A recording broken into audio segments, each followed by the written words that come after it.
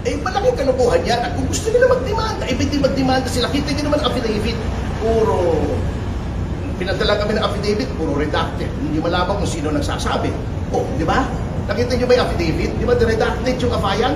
Redacted yung mga pangalan, redacted yung mga lugar. Ano ba tinatago? Labag ayaw lang iharap.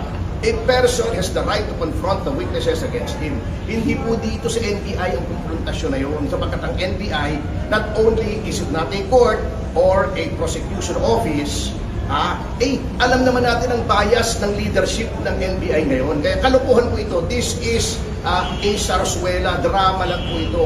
Ginalang lang namin siguro for the last time at mabubuti naman yung mga career officials ng NBI. Kanya lang, unti-unting nasisira. Is there an investigation for a possible criminal offense against my client? Kung meron, alis na ako, mag-file na lang kayo. We're not going to honor another subpoena from the NBI, lalo na kung harassment. Ngayon, kung tingin nyo, you go to court, sabihin nyo, in contempt kami, we will prefer our defenses in court. Pero yung para harass nyo, obvious na. Huwag na naman sanang gamitin ang NBI para guluhin ang mga lumalaban lamang para sa katotohanan. Attorney, sabi, 50,000 daw po sir yung tinanggap po. Is there truth to that po? Allegation po yan. Pwede ko sabihin, tumanggap si Director Matibag ng 500 billion para guluhin yung Senado, di ba? Anyone can say that. Prove that in court. Kaya kasabi ko, wag na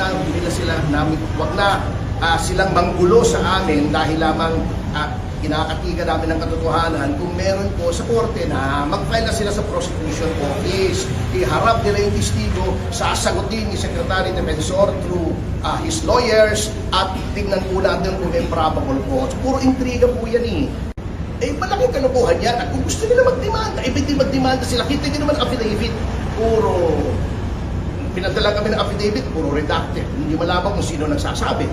Di ba? Nakita nyo ba yung affidavit? Di ba redacted yung afayan?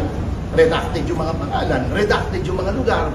Ano ba tinatago? Labag ayaw lang iharap. A person has the right to confront the witnesses against him. Hindi po dito sa NBI ang konfrontasyon na yun. Sapagkat ang NBI, not only is it not a court or a prosecution office, alam naman natin ang bias ng leadership ng NBI ngayon. Kaya kalokohan po ito. This is a sarsuela, drama lang po ito. Ginalang lang namin siguro for the last time at mabubuti naman yung mga career officials ng NBI. Kanya lang, unti-unting nasisira. Is there an investigation for a possible criminal offense against my client?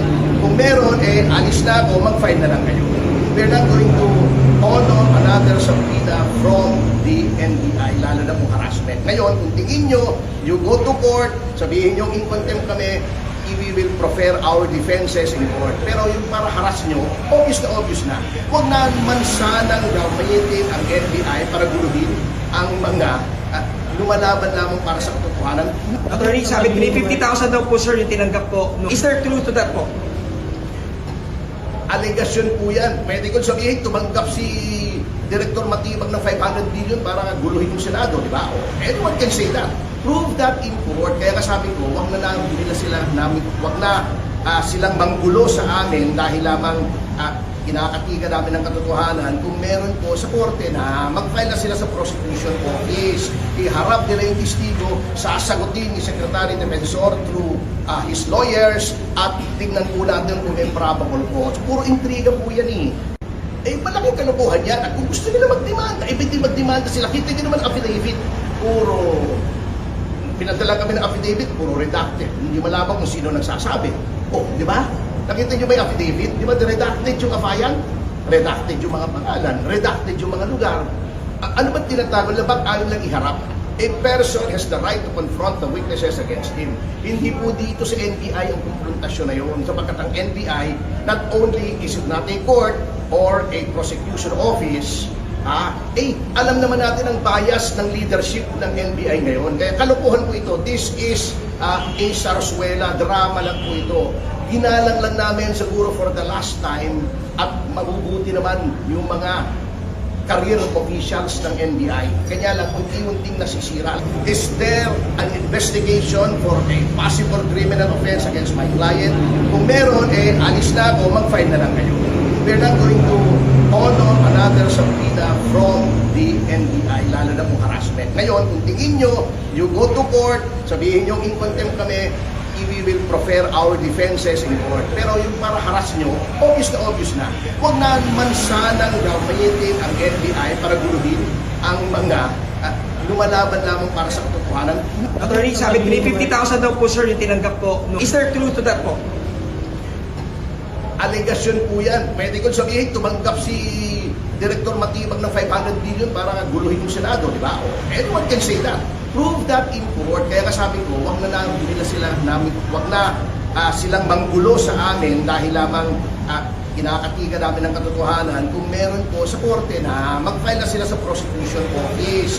Iharap nila yung testigo, sasagutin ni Secretary Defensor through his lawyers at tingnan po natin kung may probable cause. Puro intriga po yan malaking kalukuhan yan. At kung gusto nila magdemanda, pwede magdemanda sila. Kita nyo naman affidavit, puro pinadala kami ng affidavit, puro redacted. Hindi malaman kung sino nagsasabi.